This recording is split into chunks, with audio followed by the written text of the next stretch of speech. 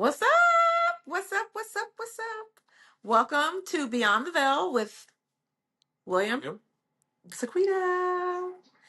This podcast is meant to share just life, right? Talk about marriage and family and the struggles that happen within all said things, but sharing along with the grace that God gives us to be able to get through those things. And to be transparent. There you go. I think it's going to bother me. Anyway, our last episode, we ended with sharing about 2020 and finding out that Ethan's birth mom was pregnant again. So, quick recap, our last one, we talked about how Ethan was born and I can't remember what the word was that you said. Like God restored kind of that day, July 21st. Fulfilled our joy. Fulfilled our joy with July 21st. And then we fast forwarded to 2020 at the end of last podcast to say we wanted to add other kids, but I always wanted Ethan to feel like he was special and chosen. And only we would add if the birth mom was pregnant again. And I don't know the exact date in January of 2020. It was before COVID hit, but in January 2020, the adoption agency reached out to me in because we've been friends since Ethan. So on Facebook, she reached out in Messenger and said, "Hey, what's going on? When you have a quick second, can we chat?" And curiosity got the best of me. I know it was a Sunday night. I'm like, what does she want? What could it be? What could it be? So I just messaged her back and said, I have time now. And I can't remember if we picked up the phone and chatted for a second or if we just messaged back and forth. But the whole story was the birth mom was pregnant again and wanted to know if we were interested in expanding our family. And so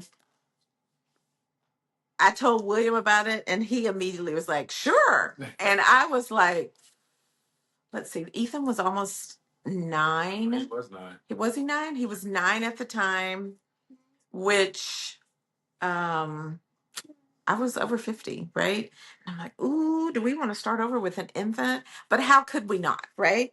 How could we not have this special face come and live with us and be with us? So that night I remember we reached out to our parents, to my sister, and like, what do you think? What do you think? And I can't even really remember which one of my parents. I mean, I think one I was like, ooh, y'all are kind of getting up there. I think it was my mom, honestly. So anyway, we said yes. So I reached back out to Robin and said, yeah, we will. And so we had to, I don't even know if we met with her. She just gave us the things that we needed to do. So we had to redo another letter that talked about why we were interested. We had to give some updated pictures. And so I sent that all over to her. And she was meeting with the birth mom to give her kind of a booklet of these are the potential parents. And so she didn't tell her ahead of time that, yes, we were interested. She just threw our kind of letter and our pictures within that book. And you know, here's some parents that are interested in being the adoptive parents to your baby. And if I remember correctly, she was so excited when she saw us in there. So we found out it was January. I don't remember. I should have gone back in my timeline before we got on here. But what we had was Robin came over and did once the birth mom said yes, we're excited. We want William and Sequita and Ethan to get this beautiful one here. But before that, remember, we sat down with Ethan. Oh yeah, we did. Go ahead and tell that part because I don't remember. Well, we brought Ethan in the process. Yeah. And we told him, did we tell him the birth mom? It was. Yeah, we did. That We told him it was his birth mom. Yeah. That she was having a little girl, so we knew it was a little girl. No, we didn't know it was a little girl because We didn't? we had a Robin came over and gave us, it wasn't the thing when Ethan was born, the gender reveal, but it was the thing now. And so Robin had a gender reveal with us. Oh, that's right. That's right. Yeah. I'll tell you in a little bit. So we sat down with Ethan, and Ethan had the biggest smile on his face. And so we sat down as a family, and didn't want to leave him out, didn't want to make it a surprise for him. And we all agreed, and we moved on from the process then. Okay, so fast forward, Robin comes over with a box of donuts. We each had our own box. Everybody had their own box, and she interviewed us. What did we want? Ethan, I think, wanted a girl. I, of course, wanted a girl, but I'll be happy with whatever God blessed us with. And Williams was whatever God blessed us with. So we all had our own box. And I think I've shared the video on my social media. I have to go find it. And we counted down and we opened up, and all of our donuts had pink icing on the top. We were so excited. She also gave us some sonograms that day. She texted them to me. And Eden's due date was in May. Early May. Yeah, like around Mother's Day.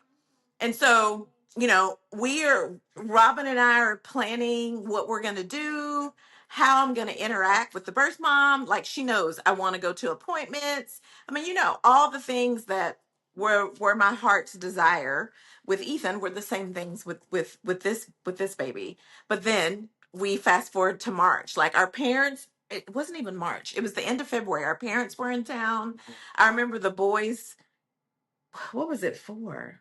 I don't remember. Maybe it wasn't February. Maybe it was January. I don't know. They were in town for something.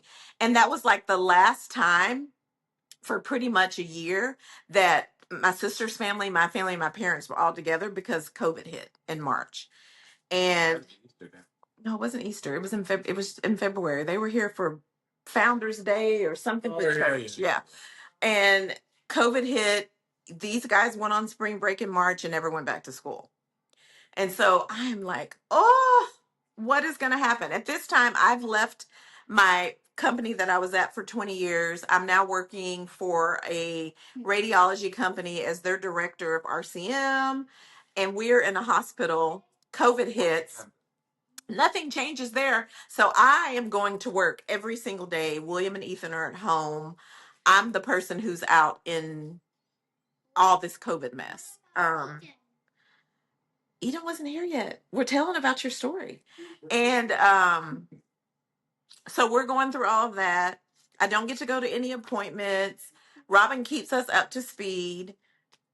And my concern is, oh my gosh, I'm not going to have the same experience. And I'm heartbroken. And I don't think I've really said that to William, but like in my mind and in my thoughts and in my quiet time, I'm like, oh, I don't get to do the same things. And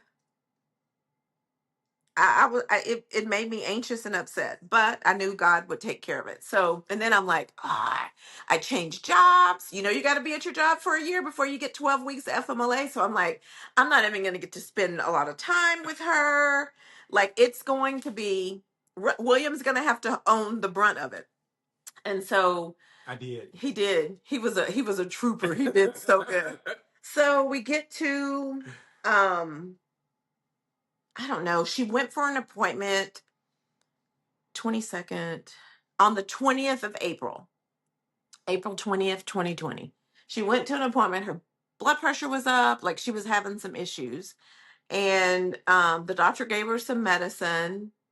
And then I just remember on the 21st, the 22nd, I get a phone call from Robin that says, I'm on my way to the hospital. The baby's coming. And I'm like, wait, she wasn't due until like 2 weeks from now. And I'm like praying, God, please let her be okay. This is not a hospital. We only do hearing screens here. We don't take care of babies here. So let her be okay. And then I'm like, I'm not going to get to do anything. So I go about my business. I'd already forewarned my boss at the time, this is what's happening. I'm going to have to go, blah, blah, blah. So about 6:00 that evening, Robin calls back and says, can you get to the hospital? And I'm like, yes, I can get to the hospital, because only one person can stay with her and Robin couldn't. And so God made a way. So I am like, I don't know if William was at home. I throw my clothes together. I am like, hurry and get me. And he drives me to the hospital. Robin and I pretty much pass in the hallway. And I spend the next 2.5, 3 days in the hospital with Eden and the birth mom. There were a few little complications. And so we were in L&D for half of that time. We didn't go up to a room. You don't know what L&D is, Labor and delivery. She always throw these acronyms around like I know what she's talking about. So over the years, I had to learn how to decode her medical language. Yeah, sorry. So we were in labor delivery before we went to postpartum. So antepartum is where you go if you think you're delivering and you're not, and they keep you. And then labor and delivery is where you're going to deliver. And when you're done there, then they send you up to postpartum, where it's a different set of nurses who do different things for you. So I was there. We chatted a lot. It's a different, 9 years have passed, 9 years of more maturity for her. And so we have some probably more mature conversations about life and birth and those things, that I won't get into that because that's our private conversation. We talked about what we thought the future would look like now that there's two. Um, but a lot of that hasn't come to pass because COVID happened, and I don't know how she felt when she left. I know that she is the biggest blessing to our family. Amen. And I hope that we have adequately shared that with her, so that she knows that she is. I mean, even back when she was pregnant with Ethan, like there was a part of me like, ooh, she could come and be with us. And William was like, no, this is what we're here for. But time has changed, and we spent those 2.5, 3 days together. We recreated the same pictures in terms of her holding Eden's hand. So we have the same sets of pictures for Ethan and Eden with their birth mom. So we did that. I don't remember what gift we gave her this time. It happened so fast that I think the gift came later. I sent it via agency. So that's what 2020 was. We brought her home. The job that I'd moved to, I worked half days for a little bit, for like 2 or 3 weeks, but then it was back to full force. I mean, we were in the middle of COVID. Being working for a radiology group, a lot of our business is because of or due to um, elective procedures. And when COVID happened, elective procedures kind of went out the wayside. People only needed to have, radiology for emergent things. So that means, I had to be at work because our landscape was changing. I had only been there since January of that year. And so now suddenly I'm having to look at how we're going to redo this department with the newborn at home. William and Ethan are at home. William's having to be up with her. So her first, several months, William was the one getting up in the middle of the night and doing the most. She was supposed to bond with me, but she didn't. I don't understand. I spent 6 months with this girl, or however long. You're supposed to bond with me, but no. She's a little Miss Sequita. She. You know what? I get kisses when I get home. What else? When I get, don't look at me like I'm uh-huh. So I get kisses when I get home. After that, she's done. She's back with mama. I can't touch mama. She's my mama. I can't do nothing unless I get permission from little Miss Eden. But she is so smart, so precious. God really blessed us with two wonderful, wonderful kids. And we're very thankful for the birth mom too. She even mentioned that she believed that that it was her calling to I won't say have children and give them away, but it was her calling to be a blessing, right? To be a blessing to people who could not have children. I don't know if we really dived into that story about uh, after Will's death in the other. Maybe we did. I think it's But in the episode before this. But anyway, um, a wonderful 6 months. She didn't want to sleep at night. mhm. Oh my goodness. Good thing I didn't have to go to work. I mean, I did, but it was all it was what was it? Online school. That was a monster itself. We switched. We had to switch to online schooling, and so I'm here teaching uh, history. And I get up in the morning to get online with these students, and they won't turn their cameras on.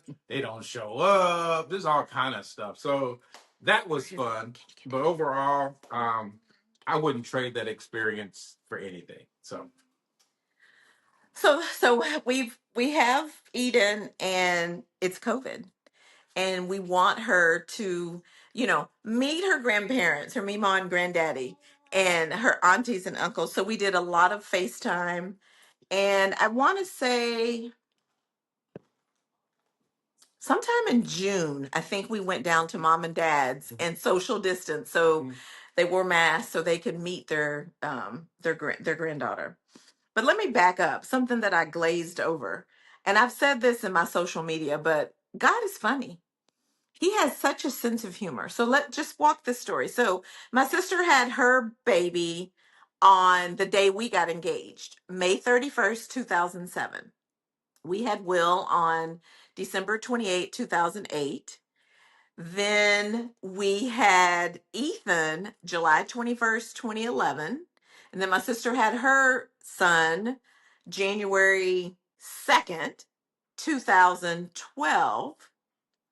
And Eden was April 22nd, 2020. But the fun part of the story is the first grandchild and the last grandchild's birth date are either right before or after. Yeah. So my dad's birthday is May 30th, and the oldest grandson's birthday is May 31st. Yeah. And Eden's birthday is April 22nd, and my mom's birthday is April 23rd. So it's like my dad is the head of the family with all the grandkids in between, and then mom is the bookend that closes out the caboose. Yeah. Of the birthdays of in our family, like of the kids. I'll leave our birthdays out of it. But really everybody's birthday falls in line except for my sister's is in August. But yeah, so I thought it was just, oh my gosh, I really love it that she was due. It's like, listen, so she was due in May, and God saw fit for her to be born the day before my mom's birthday, and Ethan was due sooner than his July 21st birthday. But it's just like God, yeah, writes our stories, you guys. He is so into the details of your life. He knits and writes your story as only he could write it. So never think anything is a coincidence. It's not. God loves you that much that he's always thinking of, how can I show up for Sequita?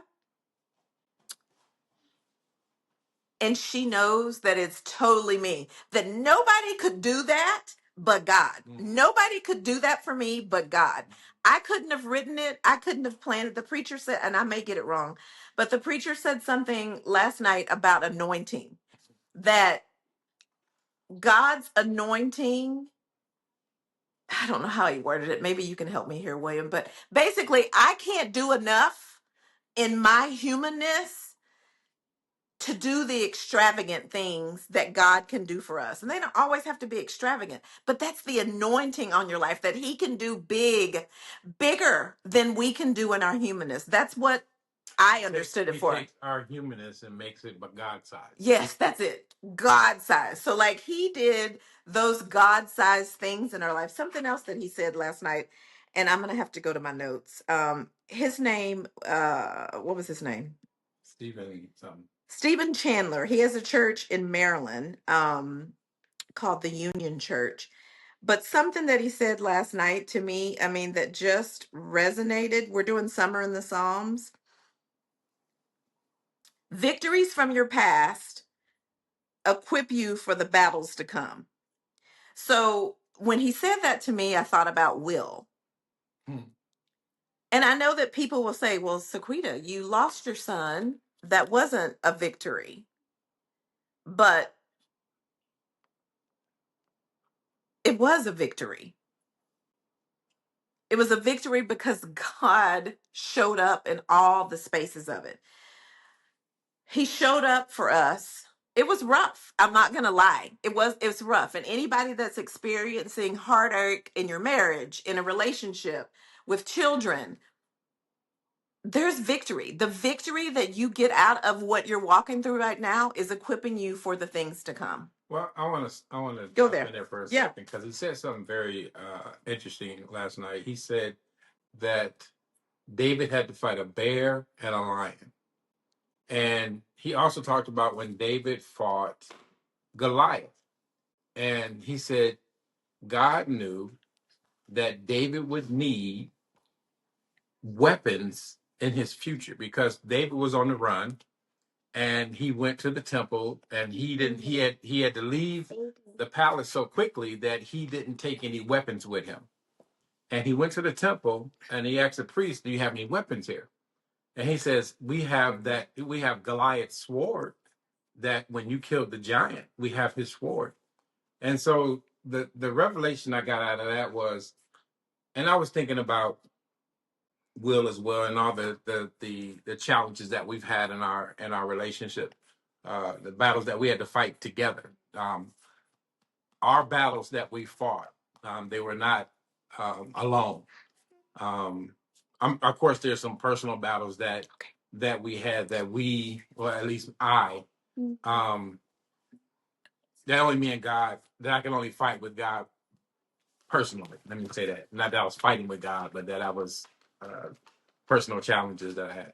But anyway, the the crux of the revelation that I received was this: all the hardships you go through in the beginning, and in the beginning of our marriage, prepared us for the blessing of Ethan, the blessing of Eden, even the trying times that we had with the 6 months I spent by myself with Miss Eden. Now she don't want all I get is kisses when I get home, but she all up on mama. So I have to deal with that. Get it? No, don't give me no hugs now. Uh, so it's encouraging to know that even the battles that you have right now, that is preparing you for something in the future. And I won't say that it's easy to fight those battles, but what's developed in you, or in me, what's developed in me is more patience. Um, um, I call it emotional intelligence. You're not, how could I say this? I'm not out of balance with my emotions. I can weep and still have strength enough to get up in the morning and do what I need to do. I can be angry and not sin. Those different things that we go through when we're in intense battles. So I just wanted to share that since you had brought up that preacher last night. I was thinking the same thing, how God prepared us at the beginning of our marriage. I mean, these things came hot and heavy at the beginning of our relationship. And it didn't destroy us because he was with us. It didn't take us out because he was with us. And I'm sure people thought, careful, baby. When we buried Will, they looked at us like, "Wow, you guys are so strong." I'm like, you guys have no idea. um, it's not our strength. It wasn't our strength. It was literally the strength that God gave us to go through that process. So that's it. All I have at this point. Okay. Well, so 2020 kept on going. Some wait. I just was thinking, what else? I mean, 2020 was a unicorn, right? Out there. She's getting a popsicle. Mm. Um, it was a unicorn for all of us, right? It was such a unicorn. Like Eden didn't, we finally put her in daycare. That was a big thing. Like, what do we do? She can't stay at home forever. I have to go to work. We can't keep her at home all day, every day. I might come home and find him, I don't know, somewhere in a fetal position. Um, so she went to daycare in July of 2020. We felt comfortable enough. She went to Primrose, and we felt comfortable enough that they were taking all the precautions. We really liked the teacher whose classroom she was going to be in. And so she started going to daycare, and life went on, you know. You want to close that? I am. Sorry, this is life. Yes, ma'am. Can you tell them what my teacher is? My teacher's name. At Primrose, it was Miss Beebe. Do you even remember that? Funny thing is, Miss Beebe's birthday and Eden's birthdays, Miss Beebe had the same birthday as my mom. So I felt like, again, that was a God wink of this is the right place for her to be during this trying time of what's going on in the world. And we just started living life. When did y'all go back to school? Did y'all go back to school, regular school year? No, we went back. We closed out the year at home. We went back the next year.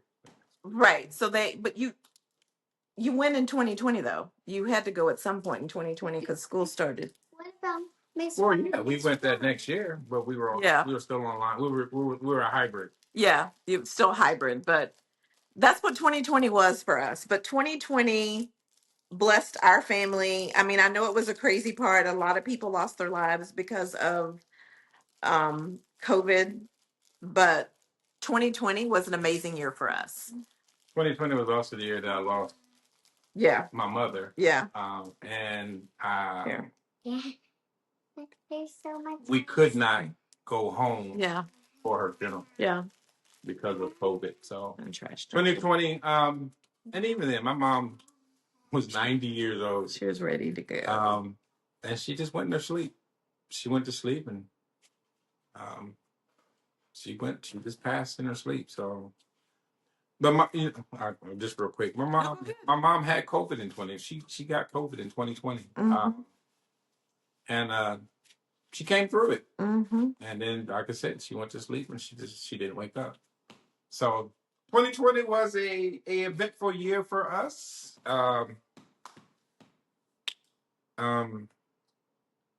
was an eventful year. All blessings, no matter how you look at it. All blessings. So. No, absolutely. So I think we're gonna wrap here. Yeah. I think I want to touch on the next episode about Ethan. Okay. And how his birth mom has been on his heart. And I guess we can touch on that a little bit. We can fast forward there. I'm sure as you're watching this, you're like, well, you guys are talking about Eden's birth mom in front of her, right? And does she know?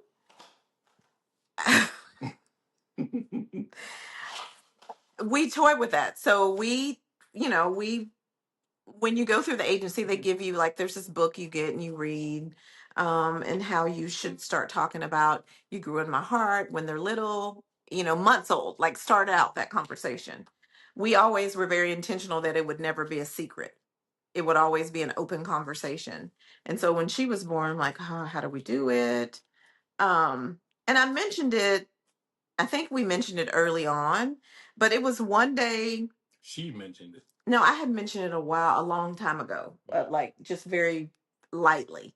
But she, cause a friend was over and made the comment about her being in my stomach, and then she started asking me questions about that, and that's when I said she grew in my heart, and I just let it go. You weren't in my stomach, but you grew in my heart, and I let it go. But then I guess Eden is like you. If you say something to her, that seed is planted and she hangs on to it. And so one morning, I guess it was this year, right? Early on this year, we were in her room getting dressed for school, and she just out of the blue brought it up. And so we talk about it when she brings it up. Like we talked about what she brought up. I explained it to her, but I'm following her lead. If she wants to talk about it, then we talk about it. I don't just go looking for it, but she is aware for as much as her understanding is, but she's super smart. So, Well, she thinks you can tell this part. What?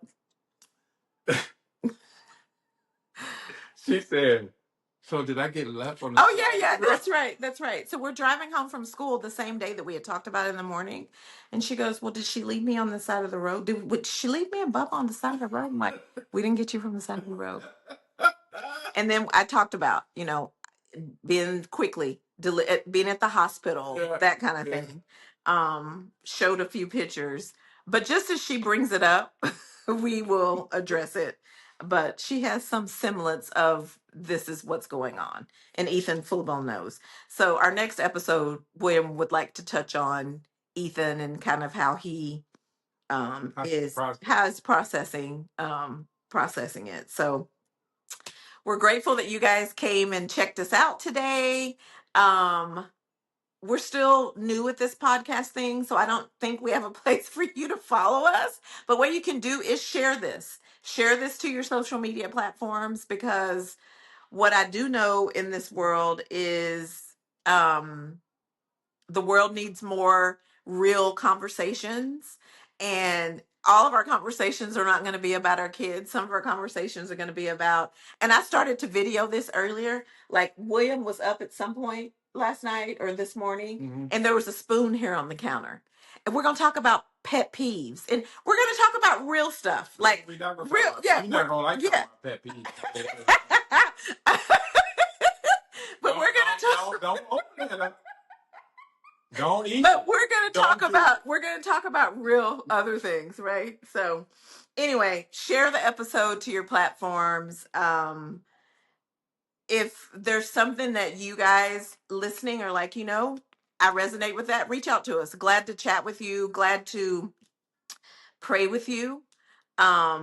If you have prayer requests, we're gonna get better organized, and we'll be able to have all these things where you can reach out to us. No, he doesn't know anything about this. What? Like, I'm the technology person. Like, yeah, I may not be organized. I may be a pack rat, and I own that. But I know how to show up in these social media streets. Now, I'm having to learn a little more about the podcast and how to do those things. But I'm going to get there, because this will not defeat me. That's a pet peeve of this organization. Yeah, okay. I know where it is. When you ask for something, do I find it?